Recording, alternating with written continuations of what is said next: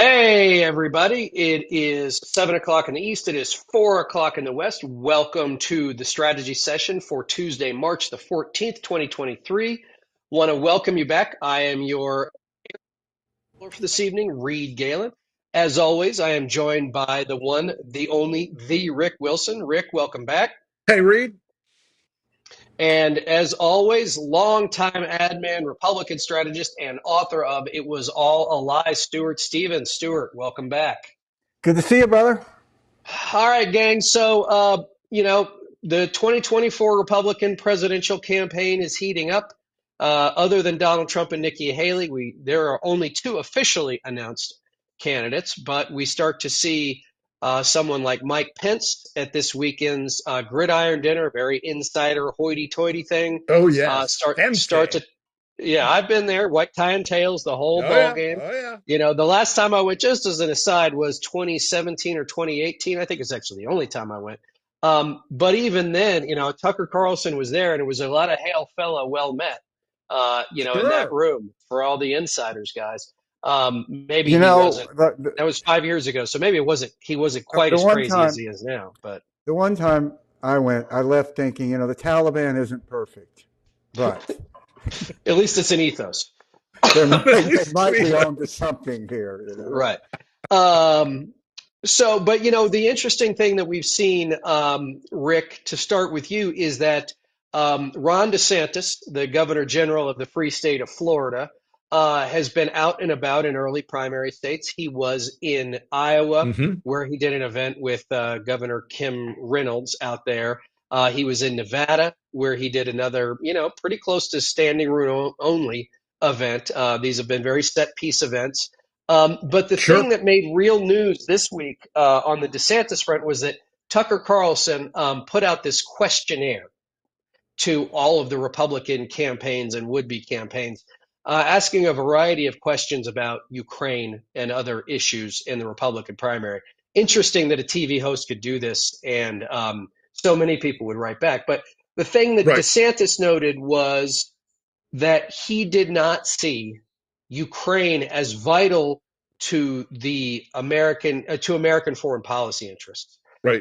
which is something that Tucker has clearly made clear. Trump made clear during his time in office. But now here we have, theoretically, the guy who's number two in line for the Republican nomination, taking on a decidedly untraditional Republican perspective, an anti-democratic perspective, and certainly one that had to give little Vladimir Putin at least a little bit of a lift in his wingtips here when he had to read that. Look, I think you got a fascinating situation here is that the I'm not as surprised DeSantis did this. It doesn't shock me at all. He's following the playbook right now. He's a part of the MAGA base. He can't escape it even if he wanted to. And the MAGA base loves Vladimir Putin. They love him. They love him for his white nationalism. They love him for his ugliness. They love him for invading a country that wouldn't help Trump get reelected. And so, if you side with Tucker and Putin in the GOP primary, you're pretty much in good shape. It takes a bolder kind of candidate than Ron DeSantis to stand up and say, I'm going to honor the long American tradition of opposing Russia and Soviet intervention in its neighbors and threatening Europe, instead of saying, oh, yes, yes, Tucker, how may I serve you, sir?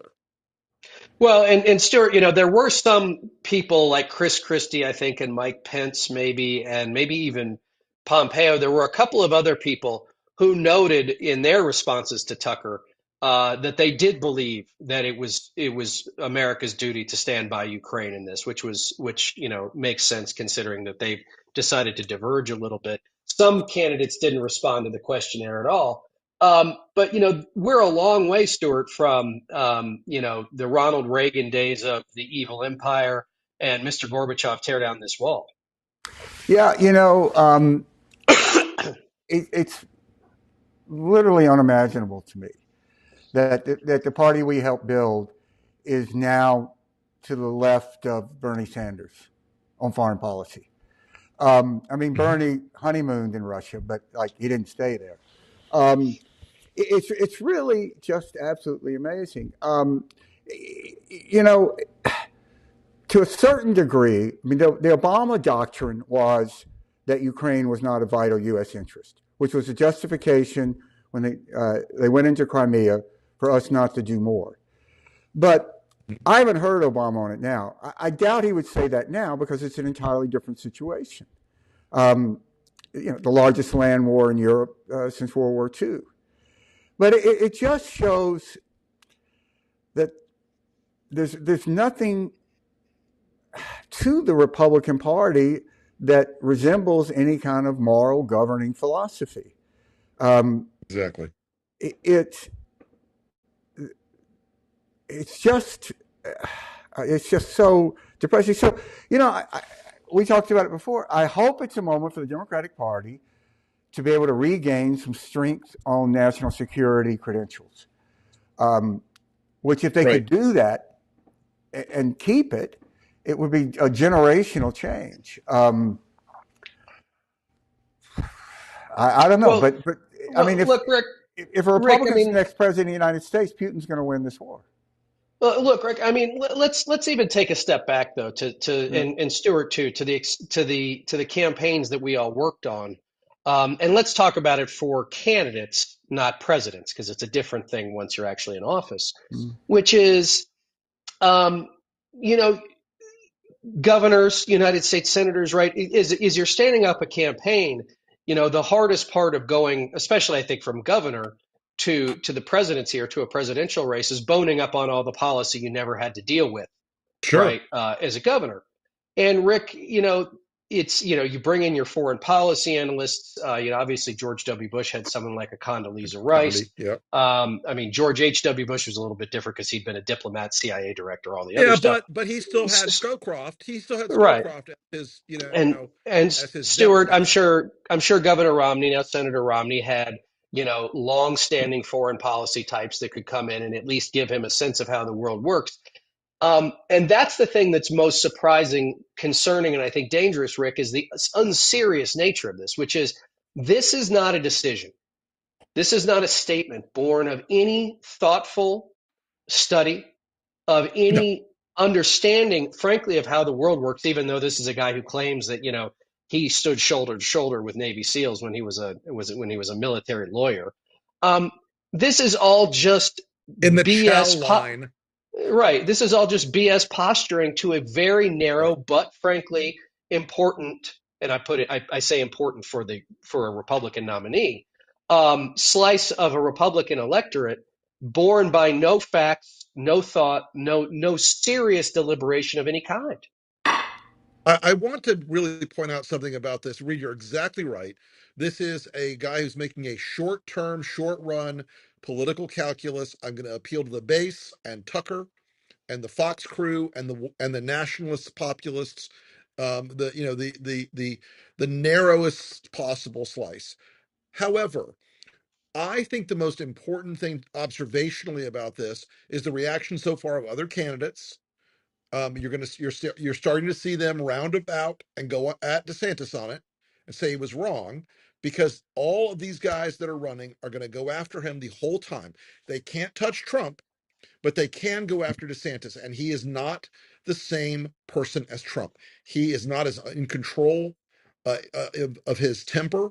Trump laughs off a lot of these things. DeSantis takes them personally. He gets furious. He goes out for revenge. He'll chase rabbits.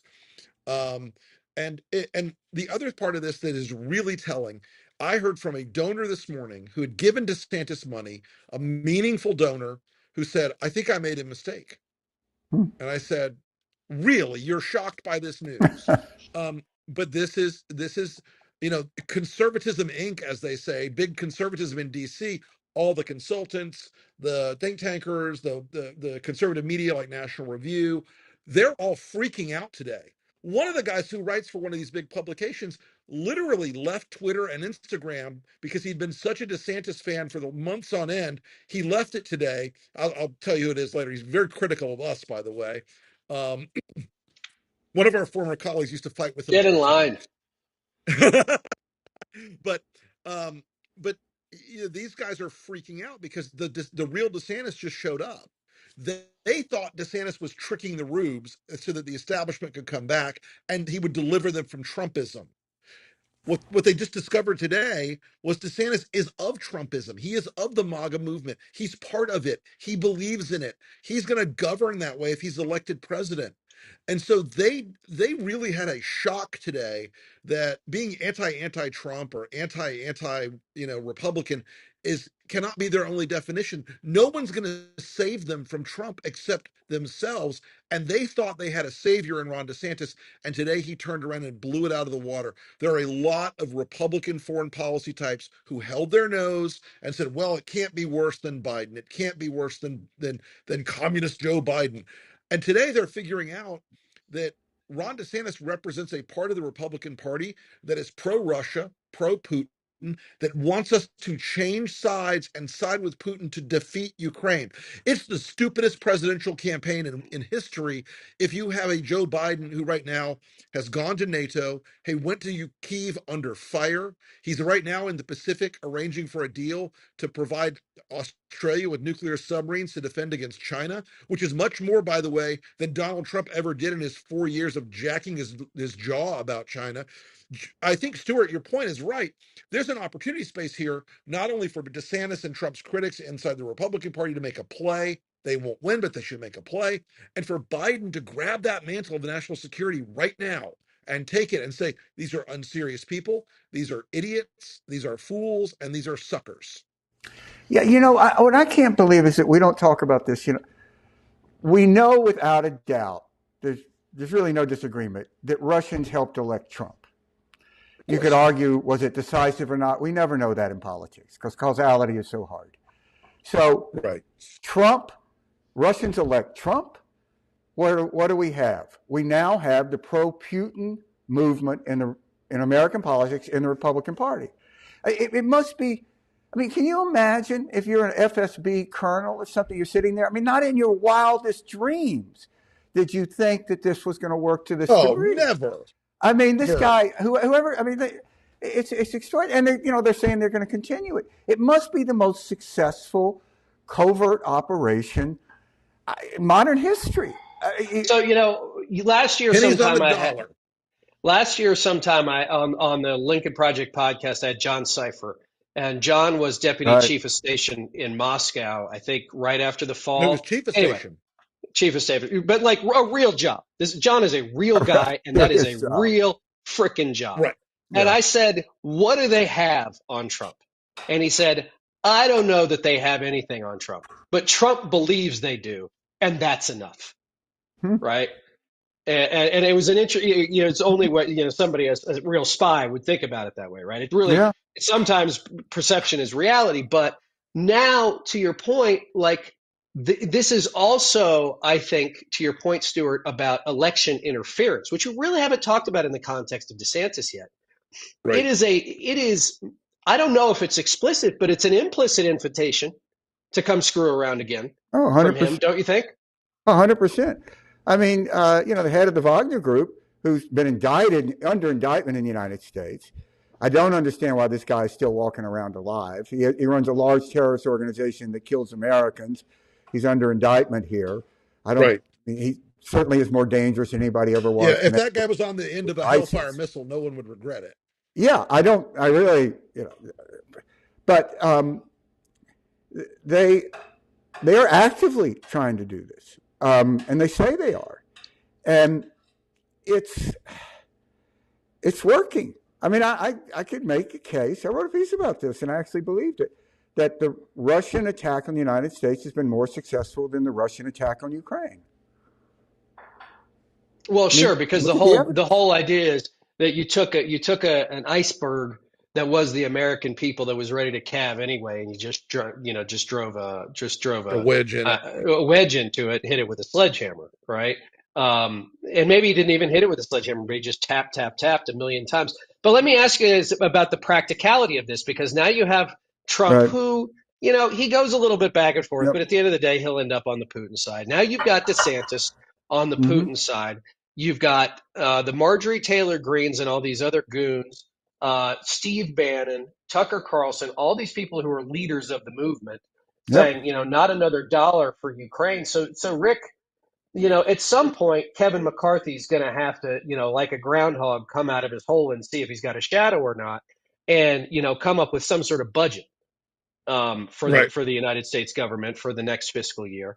And it's hard for me to believe that, given the fact that he's saying nothing and letting the wackadoos get out on, get out in front on him, Hmm. that he's going to have an easy time both funding Ukraine and keeping his job. And I think that he'll try and keep his job before he tries to fund Yeah, Ukraine. look, Kevin McCarthy is going to zero budget Ukraine because he's afraid of Marjorie Taylor Greene and he's afraid of Matt Gaetz. He's afraid of all the loon caucus.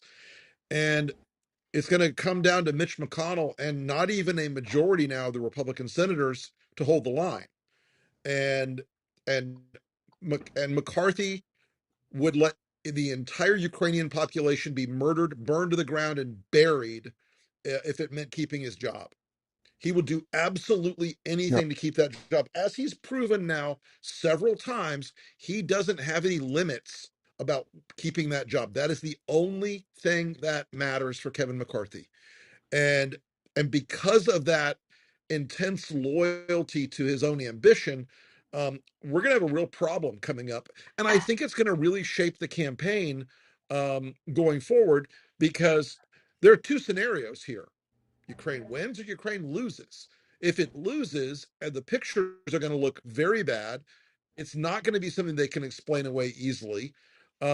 And if they win, they're going to be deeply and profoundly embarrassed by being on the wrong side of history. So McCarthy's in a really shitty spot here, but it's one of his own making. I mean, I have no pity for the guy whatsoever.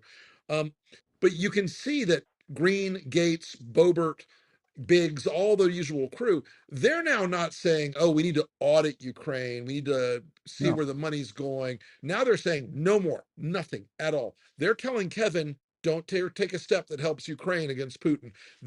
And I tell people this a lot. I've had people push back on me, but they're wrong and we're right on this. There is a faction of the Republican Party today that wants Putin to win. They want us to change sides in this war. Yeah.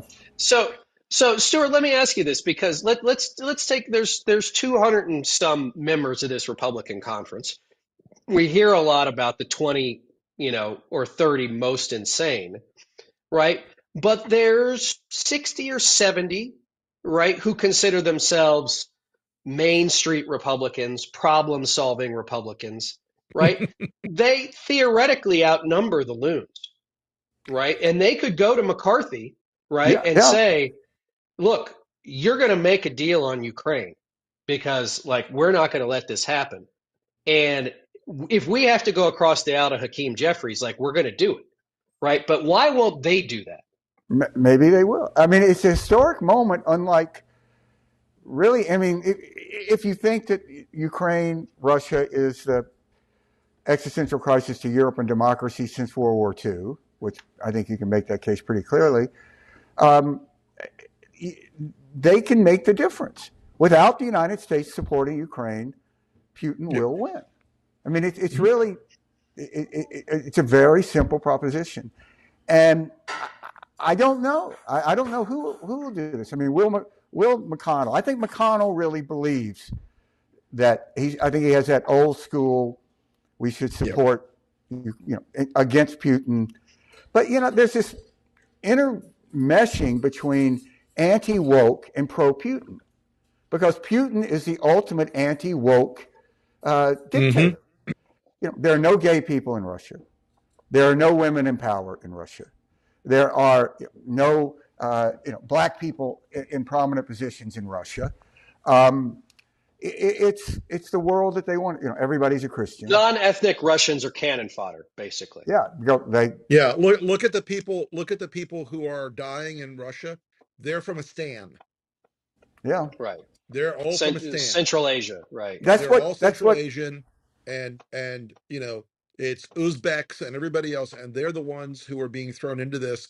And I read a thing the other day. Many of them don't even speak Russian. Mhm. Right. This Uzbek unit that got slaughtered. They were told do X or Y. Their translator died, and they were cut off basically. And anyway, look, I think this is to pull the aperture back a little bit. Ukraine is going to be consequential because it is going to shape the presidential race no matter what Tucker wants to, or Trump, or even Biden wants to happen. It is a major international conflict. It is a litmus test for leadership. So I think if you were running a great campaign for somebody in the Republican primary, I would look at this, even with the base being as shitty and horrible as they are, as a way to at least make a mark and stand out from the crowd. And so far, I mean, Chris Christie sort of poked his toe in the water on it a little bit. Has anybody else in this really like stepped up hard on it yet? I don't think so. I think there were, but I will have to go check. But yeah, Tucker had put out the Twitter, and there were two or three people who had said that it was both our Well, guys, moral obligation to do do you this think it'll and the right thing to do. you think it'll be a major issue in the presidential race? Do you think? I mean, we Yes. haven't had foreign policy as a major issue since Well, the issue here, look, the issue is this: Oh, is that four. look, it all cuts across the same thing. To your point, Stuart, right? It's the anti-woke Right. versus the woke, right? I mean, I found it fascinating last summer when a bunch of most of the women from the Lincoln Project gathered in D.C., and I was lucky enough to go back for the Women's March, and I'm marching next to a kid in a backpack, and it had a rainbow flag. Their backpack had three buttons: a rainbow flag, hands off my body, and a Ukraine button, right? Yeah. Like, I mean, that's a pretty unique Venn diagram, right? Guys, if you want to, there's a headline just broke in the New York Times while we're recording this. DeSantis backing away from Ukraine angers GOP hawks. Lindsey Graham comes right out and calls him Neville Chamberlain. Yeah. Shit's gonna get loud, y'all. Well, Neville But see, Chamberlain was an honorable man who really was against the war.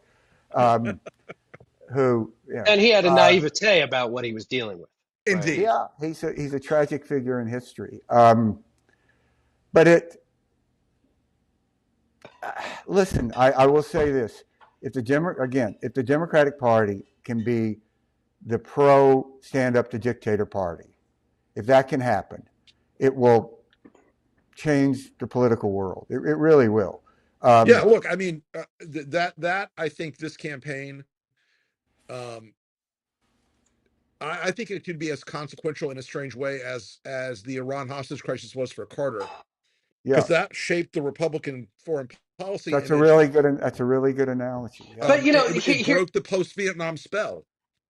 but so here's the other part too, though, Stuart, about whether or not this will be an issue. And I think this is one thing. Again, I've said this before, and maybe I'm a broken record on it. Is the rest of these people, including DeSantis, are all, relatively speaking, conventional politicians. They are politicians. Yep. Oh yeah, They're triangulating, machines, rarely good at it, because one of the trucks is always driving off in the wrong direction. But like DeSantis is going to get asked about this at some point. He is going to have to answer a broader and deeper question about why he feels this way. hmm And he will come back to fentanyl and the border and all the other crap, right? That he thinks he can get away with. The problem is that, as you guys know, once you start carrying a press corps, right, they're going to start asking you questions. And if you don't give them the answers, not that they necessarily want, but that they think is acceptable as far as a person who's trying to attain the station you are, they will start writing their own stories. They will find yes, the people, Mm. right? They will go out and find the people in the foreign policy establishment of your own party, right? They will start quoting the Lindsey Grahams of the world. They will start calling everybody. The Richard Haas's of the world will start calling the Steve Schwartzmans of the world and going, "What the hell are you doing? What are you hmm doing? Steve, you and I are globalists. We are not isolationists."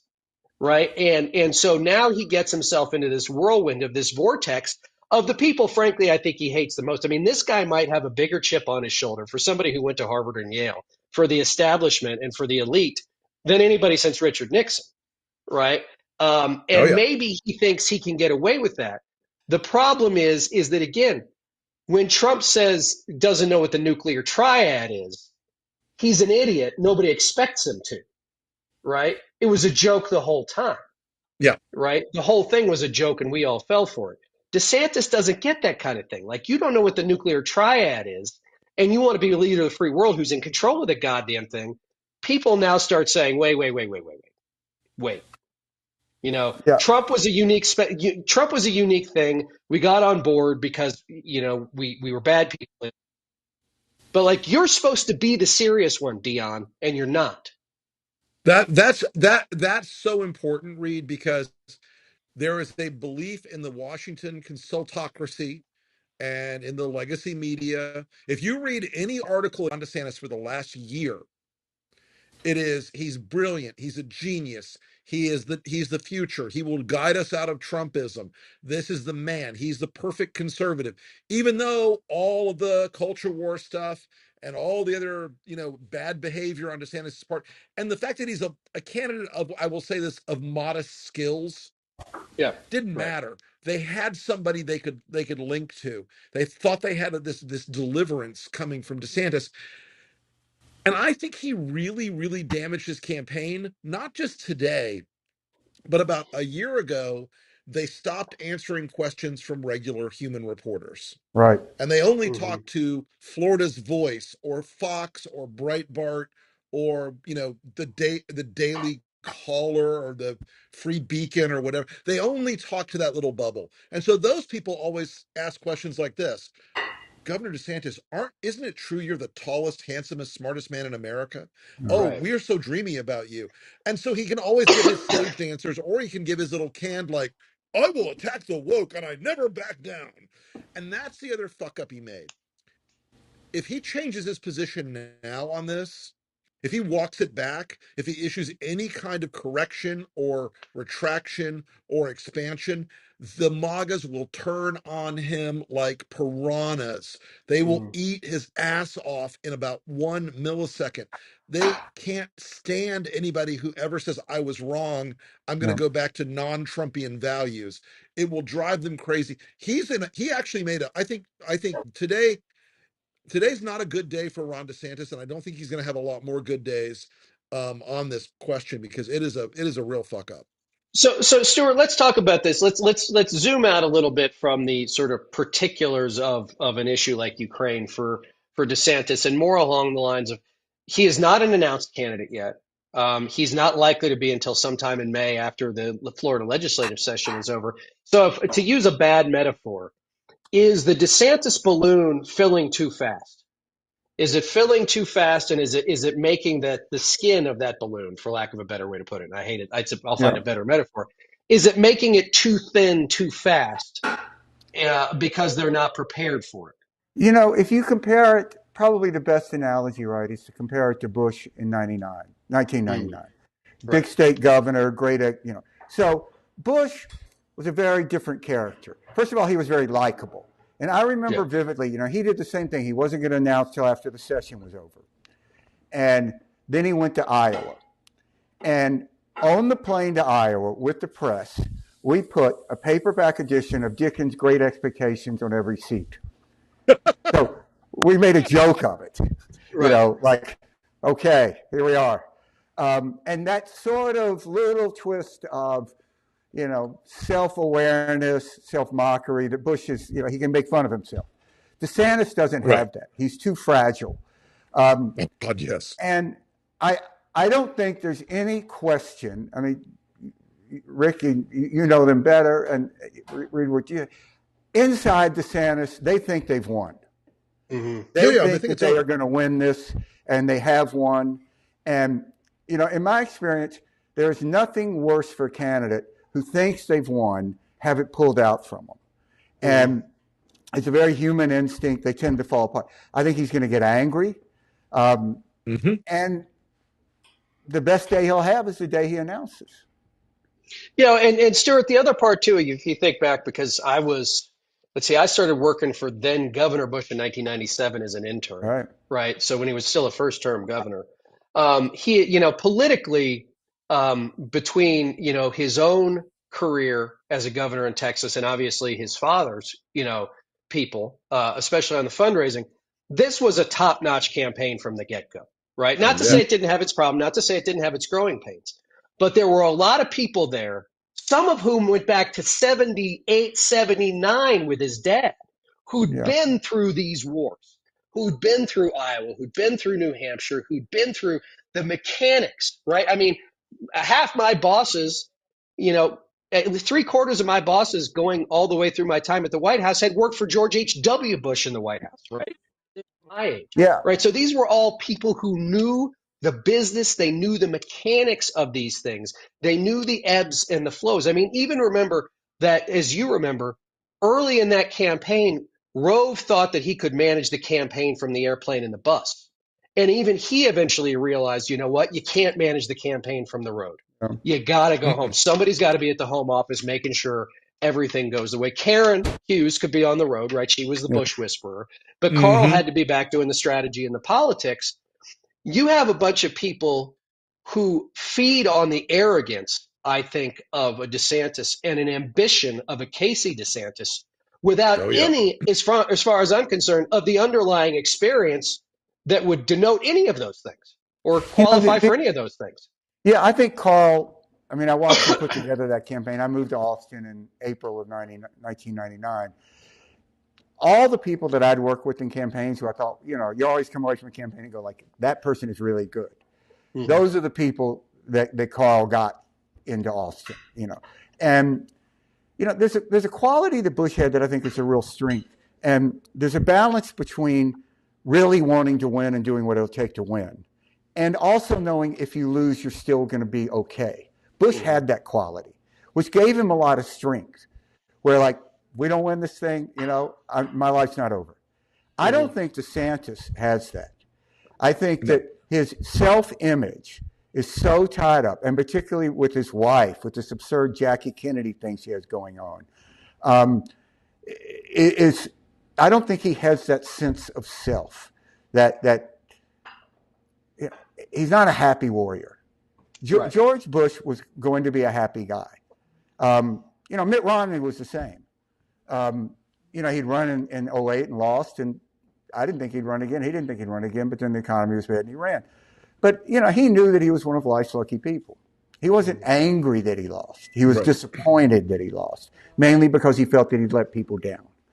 But he went on, he had a happy life. But that's a great question, though, Stu, because Rick, you're basically neighbors with Ron DeSantis. You know, he's now 2 months into his second 4-year term, right? Right. A year from now or less, he could be staring down 3 more years of Tallahassee as a And let me lame tell you duck something. governor. Let me tell you something. Interesting observation today. I talked to somebody in the legislature, senior staff member in the legislature, who said to me, you know, there's a sense that we've got to deliver these things for him, and he's never going to be grateful for it. And Mhm. there are some people now thinking, you know what? He's fine. We're going to do our own thing on a couple of big key legislative packages that are out there. And it's interesting because a month ago they were terrified of him. They didn't want to cross him. They were thinking, oh my God, I might be ambassador to Bermuda or whatever, was in their head.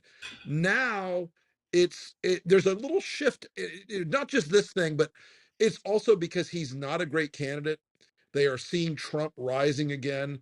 And yes, he could be doomed to 3 more years here, where Casey does not get her to hold salons in the East Wing and go to fancy dinners at Cafe Milano and hold court and be the queen of DC. She is desperate for that, and it's so obvious, and it's such a bad look.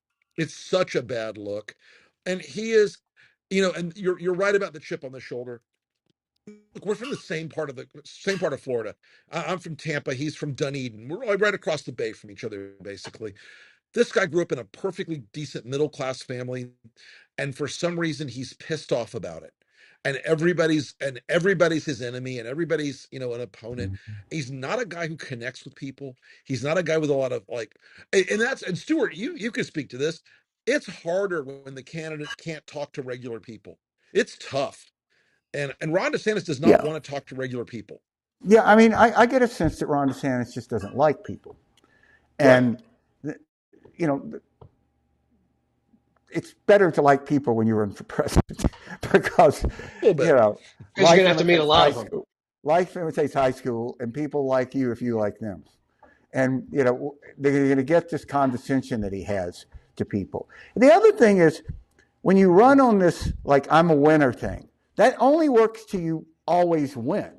As long as So you're winning, it I mean, works.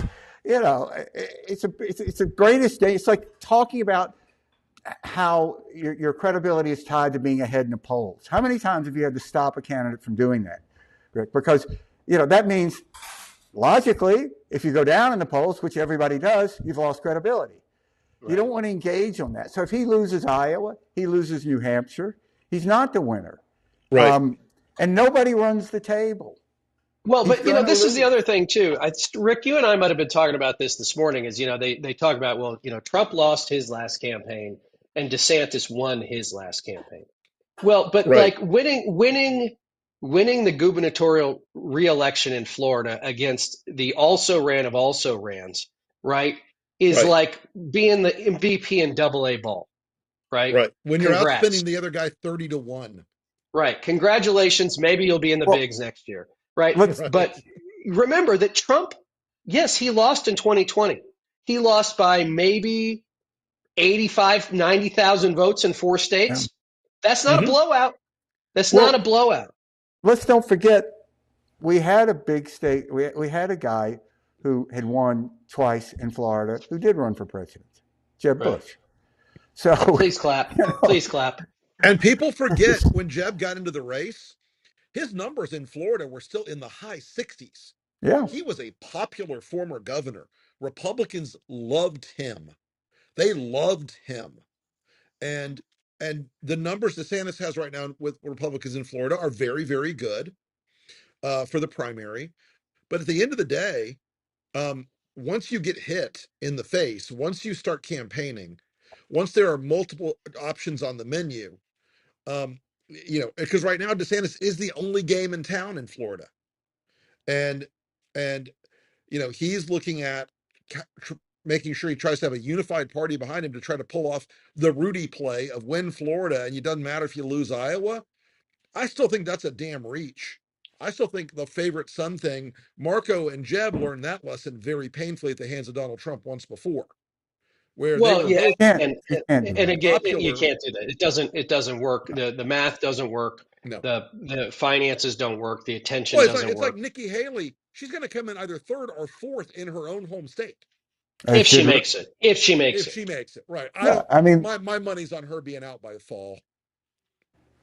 yeah, I mean, look, Rubio lost in Florida to Trump. I mean, it they just they don't have any idea what they're getting into, and one thing Trump has, he does understand this, and he really likes the pain. He likes going through this because he doesn't have Yeah. anything else in his life. Right. I It, mean, Well, and for it's a him, form the of fight, attention, and he needs attention.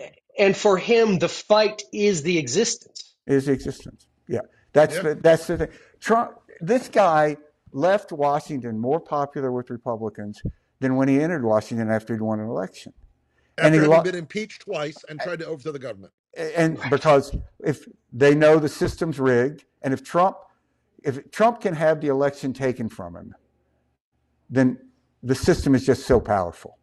So we talk about this. You've got this moment on stage where Trump is going to turn to him, or a moderator is going to ask and say, "Do you think that Donald Trump lost a free and fair election?" Right. I don't see how you say no. I mean, Watch yes the to tap that. dancing commence. How do you say yes to that? And Right. so they're going to. I I They're mean, going to ask Trump's just that. going to They're be going to ask, sitting are there you going to looking. pardon Trump if the deep state indicts him and convicts him? Are you going to pardon Donald Trump? They're going to ask, are you going to pardon the J6 political prisoners? They're going to go through all those things. And these normie Republicans are going to be on that stage and they're going to think, wow, I wish I was home putting my hand in the disposal and turning it on in the kitchen. right. I Well, wish I was on fire. I wish I was anywhere else but here, because But they're you going know to what? ask those questions. But if you're not willing to answer that question, frankly, in any way, mm-hmm. right, Right. then you shouldn't be on the stage to begin with. Right? Correct. This ain't beanbag. right? Like Right. you're not running for dog catcher. You're not running to be postmaster general of your, of your local post office, right? You're running to be leader of the free world. And I like mean, this I is the sense other there part may to be me, a that they're all gigantic pansies. None of well. them want to Look, answer a question.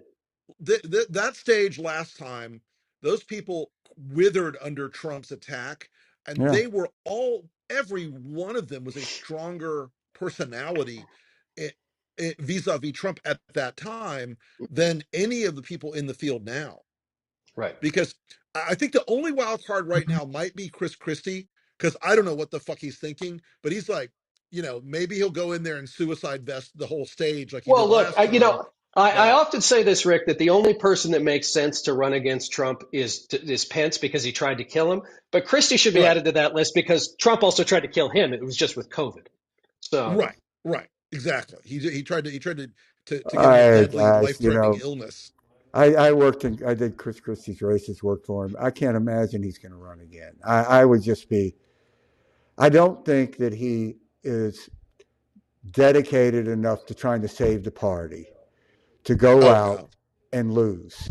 but Um, could he do it? Would he do it, Stuart, for his own sort of self redemption? Maybe not for anybody else. He doesn't campaign anywhere, maybe New Hampshire, and he goes to debates. That's all he does. I look. I mean, my answer to things like this is: in a world in which Donald Trump can be president, anything's possible. Yeah. But I really don't think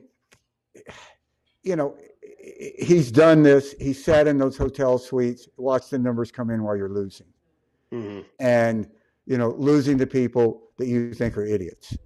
Um, I just don't think he's got that Don Quixote in him, Hmm. um, and I don't think he's angry enough about what happened in the last race, what happened with Trump, not getting attorney general, getting screwed by Jared. I don't think he is angry enough to go and say, put that suicide vest on. So I would bet no. Hmm. It'd be interesting to see what would make him mad then. Because if it ain't any of that, I don't know what it would be. if it's not the attempted murder, but Right. no, I think. I Manslaughter, mean, at guys, least. Right. we've been gaming this out a lot. It's like the pathway for everybody else. Let's put it this way: in 2016, there was a pathway for roughly half of the candidates on the stage in the beginning. There was an argument you could make for roughly half those people. Okay, Ted can put this together, that together. Jeb could Right. put this together, that together. Trump could put this together. I don't think there's a pathway past Trump for anybody at this point. I mean, DeSantis, But you can make an argument on money alone, but the rest of them, I don't see a way out of it for them. I don't see, it's a dead but look, end. but could you have a situation, in 23, 24, Rick, where it's not like Weld, Stewart, and it's not Joe Walsh, right? But it's a Chris Sununu, right? A sitting governor Hmm. who is an early primary state governor, and he says, "Look, I'm in this to get rid of Donald Trump and Trumpism, right? If you are sick of that, right, give me a look. Here's You what know, I believe in." And you have to go all the way. You can't half-ass it. no, you You've have to got to do That's go the, all the you way. have that's to. the problem is you can't do one throwaway one liner on a debate stage and not keep the fight going. I mean, he's got to be in it and go all the way and blow it all up if you're going to do it, and that takes a lot of courage. I don't think Christian. I mean, I've known the guy. I don't think he has that in him. He wasn't that way with the pro-Trump forces in his own state when he was governor. Right. Right. He would quietly disagree. I'm not for this. Um, I don't think that he has that desire to. I think he's another guy that likes his life too much. He has a good life. Owns a ski resort, likes his job. It's a fun job. You're governor. God Um, bless. you know, Look I among don't think us. he wants to go into it. And if he did, all it would mean is it would give everybody else an excuse not to campaign in New Hampshire. So Yeah. what's he going to do? Go to Florida? Go to South Carolina? I just don't But think it'll is happen. it? I mean, look, that's all perfectly logical. But isn't there anybody? Isn't there anybody in the whole damned Republican environment, not one person who would do that and say it's not, a legitimate candidate, right? A Sununu. Hogan says he's not going to do it, right? Who says I'm going to go do this, and I know it's going to suck, but it's for something bigger than me, because this is bigger than yourself. Right. Look, I don't see anybody out there who has the courage and the toughness and the, as the British would say, the bottom to do this. It's Hmm. hard. It sucks. It means you're gonna take abuse and threats at a level that they've never experienced in their worst campaign before. And and it's hard to see how any of them wakes up in the morning and says to their wife, "Hey, honey, I'm going to go ahead and let death threats rain down on us like crazy, and idiots are going to stalk our children, and Donald Trump's going to say that you're a murderess, and I, am a serial killer every day, and my reputation will never recover, and it's going to psychologically and mentally crush me." I just don't see anybody out there who's like wants that torture. And DeSantis But thinks, is it? Read your point of, he thinks he's already won, which is why he's got this sort of like fuck you attitude right now. But the game hasn't even started for him. He doesn't even No. understand that. Rick Perry couldn't imagine losing. Um, No, no. in politics, I always like to work for candidates who had lost because they knew what it felt like. Right. More lessons from And losing than winning. yeah, and it gave them a seriousness of intent and grounded them. They don't want to feel that way again. Mm-hmm. Um, you know, I had a going out of business sale on the optimism in the Republican Party. So my shelves are empty. Uh, Right. I just don't see anybody. I mean, Liz Cheney could do it. I mean, she is a Republican, and she's probably the best person to do it. Um, but I don't see any reason to believe she intends to do that. Right. Right. Well, Right. listen, guys. I guess on that somewhat depressing note, we'll leave it there. We'll be back, I think, next week, but we'll be in touch about that. Want to thank everybody out there for joining us. Rick, thank you for joining me tonight. Reed, hope you're Stuart, feeling better. thank you. Yep. You Stuart, sound thanks better. as always. Well, trying anyway. Stuart, thanks as always. All right. And gang, as always, go to resolutesquare.com, sign up, join the fight. Follow us on Twitter. Follow me on TikTok at Reed Galen. Guys, we'll see you next time, and thanks. Have a great evening. And Bye. listen to these two guys' podcasts, Enemy List and the Lincoln Project. Bye, guys. Thanks, guys.